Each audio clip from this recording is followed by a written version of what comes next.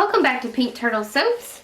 Today I'm making a lemon lavender soap. And honestly, I had never thought about putting lemon and lavender together, but honestly this fragrance, it smells so relaxing. It's definitely one of those scents that you would find sort of like in an aromatherapy section. It's a very rich and luxurious fragrance, so if you're looking for something to help relax you, this will be the soap.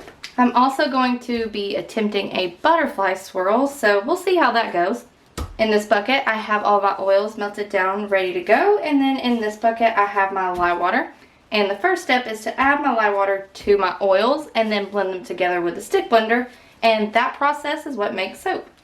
Alright, so everything is nice and blended together. So I can now split off my batch. Alright, so I split off some of my batch into two smaller containers.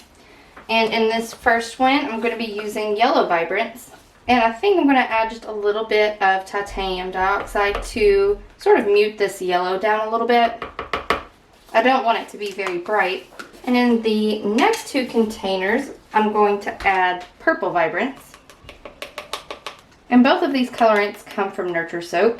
So one of them, I'm not going to change how the color is. I'm just going to mix in this purple. But for the other one, I am going to add a little bit of titanium dioxide because I want to achieve a lighter shade of purple. Alright, so I'm going to go ahead and add the titanium dioxide now.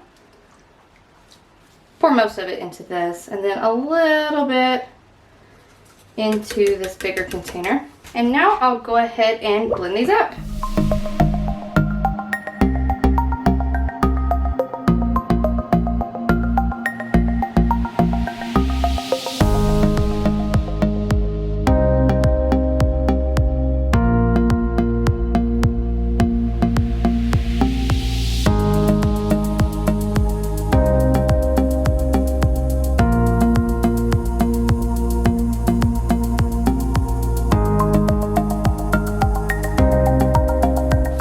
So as you can see, that titanium dioxide really lightened up that purple there. I think it looks perfect. So what I'm going to do now is scrape down the sides of my buckets just to make sure that there's no colorant stuck. Alright, so now I'm going to add the fragrance oil and I'm going to blend that in by hand. As you saw in my last video, I had some unexpected ricing occur. So now I'm a little bit paranoid that that could happen this time. Well, I think we've got another ricing situation here. It doesn't seem to be too bad. Not as bad as the last soap that I made, but yeah, it's ricing a little bit. I think I jinxed myself.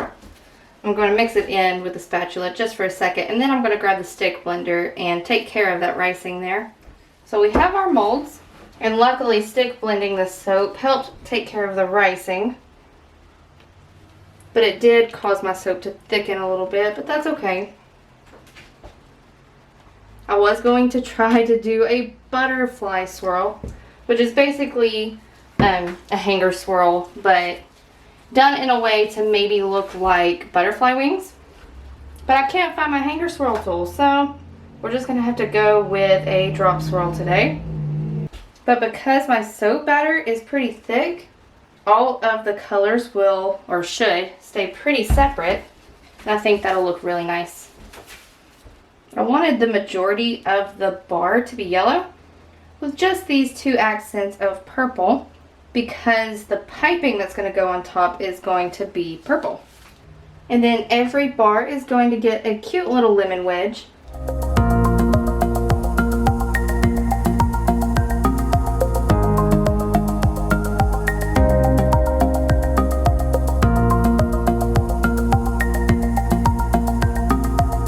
Alright, so as you can see, I scraped out the rest of my bowls.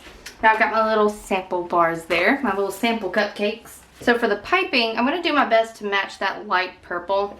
And then every single bar will get a little lemon wedge. And of course I shook them around in some shimmering mica. You got to show those details off.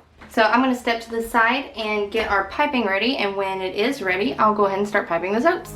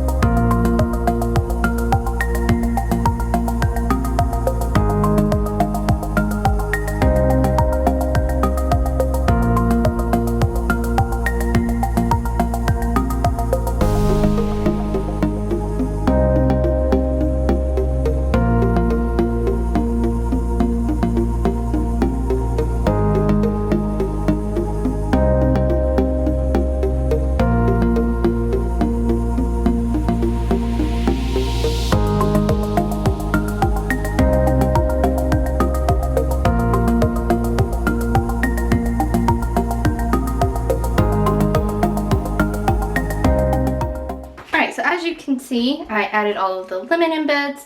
There's actually 3 bars that have 2 lemons on them. If you get one of those, then consider yourself lucky. And I also added Epsom salt that I colored with the purple Vibrance mica, and I sprinkled that on top as well. And then I topped it off with the violet bio glitter from Nurture Soap, just to give it some sparkle, but to also blend in with that purple theme going on. And that's it. All I have left to do now is spray it down with rubbing alcohol, and that's going to help seal in everything. It's going to help prevent soda ash, and it will help it'll help protect the embeds from sweating. And that's it. So we're going to wait about 24 hours. We'll come back to unmold them, and if they're ready to cut, we'll chop them up and see what the inside looks like. Alright, so we're back to cut up the lemon lavender soap, and the fragrance performed perfectly. The soap hardened up nice. It didn't take any extra time to harden up for me is what I'm trying to say. We'll go ahead and cut off this first bar here.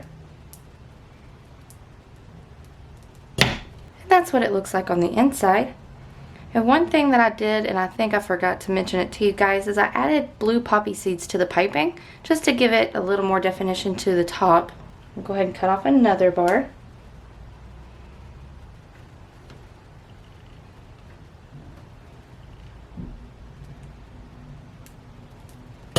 There's that one. Here's the right side because you can see the detail there on the lemon. So that's the front of the bar. I think the swirls look pretty good considering, oh, there's a loud truck. When you live in the South, there's loud trucks everywhere.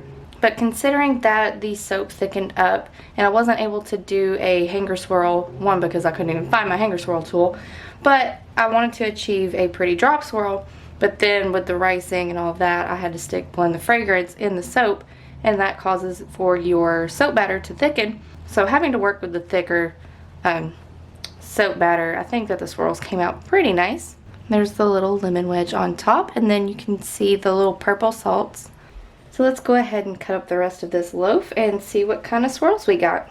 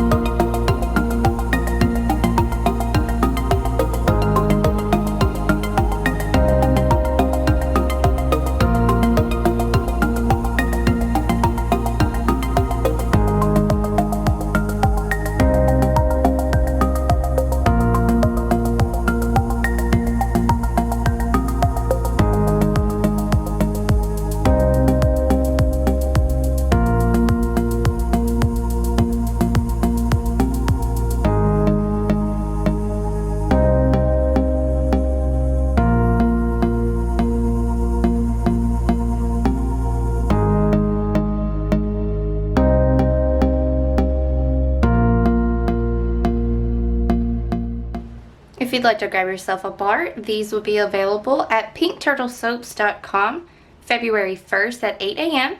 just in time to gift this out for Valentine's Day. Be sure to subscribe to the channel. I upload new soap making videos every single Wednesday.